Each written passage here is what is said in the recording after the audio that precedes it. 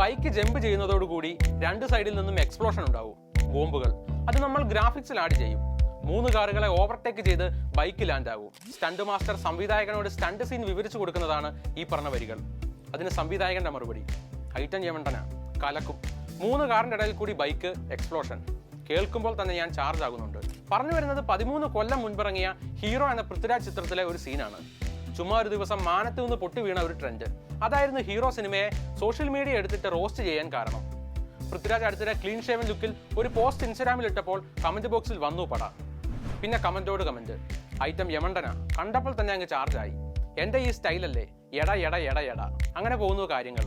പുതിയ മുഖം എന്ന സൂപ്പർ ഹിറ്റ് ചിത്രത്തിന് ശേഷം അന്തരിച്ച ദീപന്റെ സംവിധാനത്തിലെത്തിയ ഹീറോ ഒരു സ്റ്റണ്ട്മാന്റെ കഥയായിരുന്നു പറഞ്ഞത്. ഒരു യൂഷ്വൽ വിജയ് ചിത്രമൊക്കെ പോലെ 10 പേരെ ഒറ്റക്കിടിച്ച് കൂലിത്തല്ലുമായി നടക്കുന്ന ഡാൻസും നന്മയും ഒക്കെ ആവശ്യത്തിലധികമുള്ള ഒരു ക്ലീഷ കഥാപാത്രമായിരുന്നു ചിത്രത്തിലെ നായകൻ ടാർസൻ ആന്റണി. റിലീസ് സമയം വേണ്ടത്ര വിജയം നേടിയില്ലെങ്കിലും 13 വർഷത്തിനിപ്പുറം ചിത്രത്തിന് സോഷ്യൽ മീഡിയയിലൂടെ കിട്ടിയ മൈലേജ് ഒന്ന് വേറെ തന്നെയാണ്. ഹീറോയ്ക്ക് പിന്നാലെ ഒരാൾ കൂടി വന്നു, ചന്ദ്രഗിരിയിലെ മാധവന്റെ മകൻ അർജുൻ. ഒരേ വർഷം ഇറങ്ങിയ ഈ 2 പടങ്ങളാണ് ഇപ്പോൾ സോഷ്യൽ മീഡിയ മുഴുവൻ ചിരി പടർത്തുന്നത്. പൃഥ്വിരാജിന്റെ തലവട്ടം എവിടെ കണ്ടാലും ഇത് വെച്ചാണ് പ്രയോഗം. ഷാജി കൈലാസ് നാടോടികൾ എന്ന പടം പുതിയ കുപ്പിയിലാക്കി അല്പം 6-ാം തമ്പുരാനും ഫ്യൂഡൽ ലോഡ് ഫോർമുലയും ഒക്കെ ചേർത്തപ്പോൾ ആകെ അലമ്പായി. പടം വൃത്തിയായി പൊട്ടുകയും ചെയ്തു. പൃഥ്വിരാജ് ആ പഴയ പൃഥ്വിയല്ല, ലൂസിഫറും എമ്പുരാനും ഒക്കെ എടുത്ത സംവിധായകനാണ്, പാൻ ഇന്ത്യൻ അഭിനേതാവാണ് എന്ന ലോജിക്ക് വശങ്ങൾക്കൊന്നും ഇവിടെ പ്രസക്തിയില്ല.